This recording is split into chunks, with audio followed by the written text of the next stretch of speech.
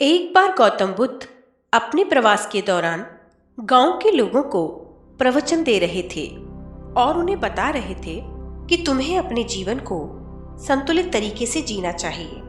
जीवन में जो जहां जितना आवश्यक हो उतना ही करो, क्योंकि किसी भी कार्य की अति हमारे दुख का कारण बनती है।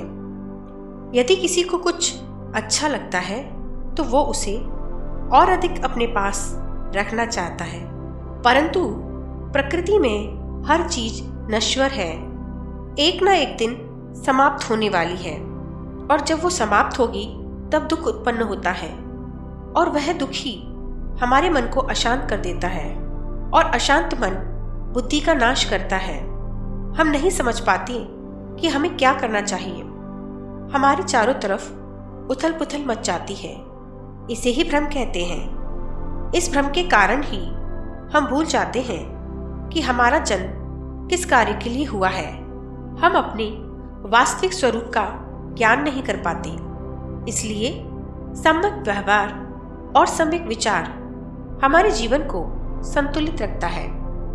और इसके साथ ही गांव की सभा समाप्त हो गई। सभा समाप्त होने के बाद सभी गांव वाले अपने अपने घर की ओर चल दिए, परंतु एक युवक वहीं खड़ा रहा। उस युवक को देखकर बुद्ध ने उससे पूछा कि क्या तुम्हें घर नहीं जाना? वह युवक थोड़ा कुरूप था और उदास भी दिखाई दे रहा था। बुद्ध ने पुनः कहा, तुम्हें कुछ बोलना है तो कहो। युवक बोला, हे बुद्ध, मेरा नाम सुमना है और मेरी समस्या मेरा ये शरीर है जो सुंदर नहीं है। मुझे सब उपेक्षा की दृष्टि से देखते हैं। मेरे मन को अच्छा नहीं लगता, मेरी कोई बात नहीं सुनता और ना ही कोई मेरी बात को महत्व देता है।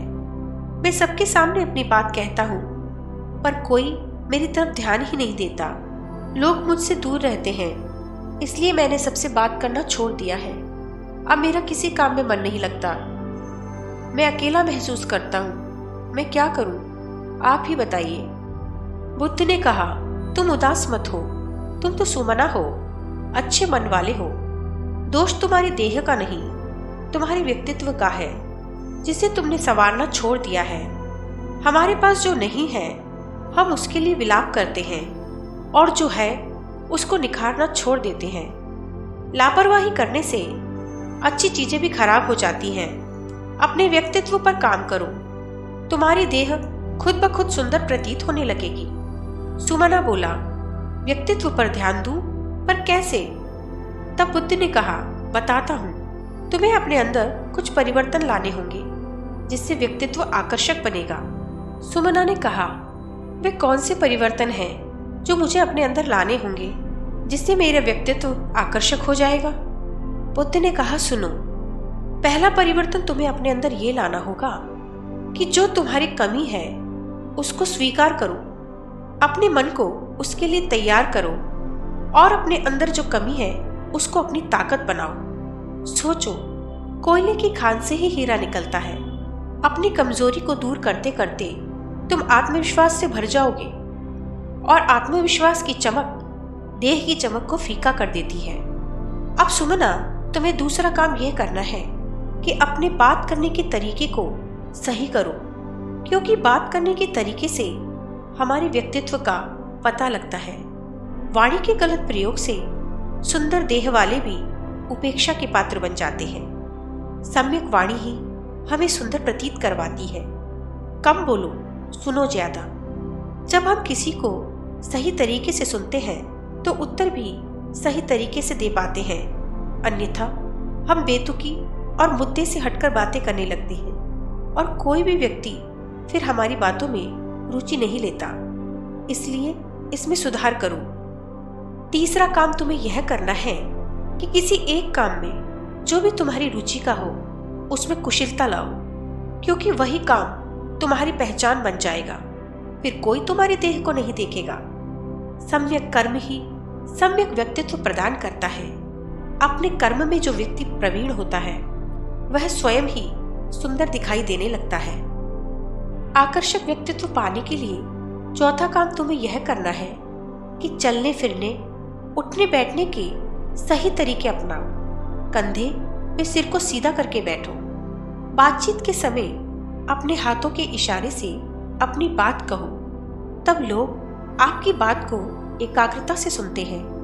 लोगों के सामने कोई ऐसी गलत गतिविधि मत करो जो तुम्हें हास्य का पात्र बनाए। व्यवहार करते समय सावधान रहो। व्यक्तित्व में निखार लाने के लिए 5वां काम तुम्हें यह करना है कि अपनी दृष्टि को सही करो। बात करते समय अपनी आंखें व दिमाग खुला रखो। नजर गिरा के बात करने वाला अपना प्रभाव नहीं बना पाता, इसलिए नजर उठा के बात करो। आंख मिला के बात करने से आत्मविश्वास बढ़ता है, जो तुम्हारी आंखों से भी झलकता है। अब छठी और महत्वपूर्ण बात यह है कि अपना शरीर प्रतिदिन स्नान व ध्यान के द्वारा स्वच्छ रखो। स्वच्छ वस्त्र पहनो, चेहरे पर मुस्कान रखो, शरीर में स्फूर्ति लाओ। चेहरे के भावों को संतुलित रखने से हम किसी की निंदा के पात्र नहीं बनते। जहाँ गंभीर रहना है वहाँ गंभीर रहो, जहाँ मुस्कुराना है वहाँ मुस्कुराओ। सम्यक गति, सम्यक वाणी, सम्यक दृष्टि से हमारा पूरा व्यक्तित्व सम्यक बन जाता है और व्यक्तित्व का तेज शरीर की सुंदरता को भी दबा देता है। तो समझ गए ना सुमना, क्या करना है तुम्हें? सुमना ने कहा, आप सन्यासी होते हुए भी सांसारिक समस्याओं का हल बताकर संसार से दुखों का अंत कर रहे हैं बुद्ध। आप धन्य हैं। दोस्तों, बुद्ध एक सन्यासी थे। उन्होंने माना कि संसार में जो भी दुख है वो हमारी कामनाओं के कारण है। कोई किस चीज को प्राप्त करना चाहता है तो कोई किस चीज को, और यही दुख का कारण है। दुख के कारण का निवारण करके ही दुख दूर किया जा सकता है, और सुखी व्यक्ति ही ज्ञान की ओर प्रवृत्त हो सकता है। इसलिए दुख का अंत आवश्यक है। जो संतुष्ट है वही सुखी है, और यह संतुष्टि बाहर से नहीं अंदर से होना जरूरी है। हमें अंदर से महसूस होना चाहिए कि हम एक सुंदर आत्मा है।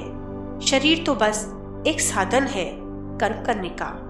आत्म उत्थान तो आत्मा से ही होगा।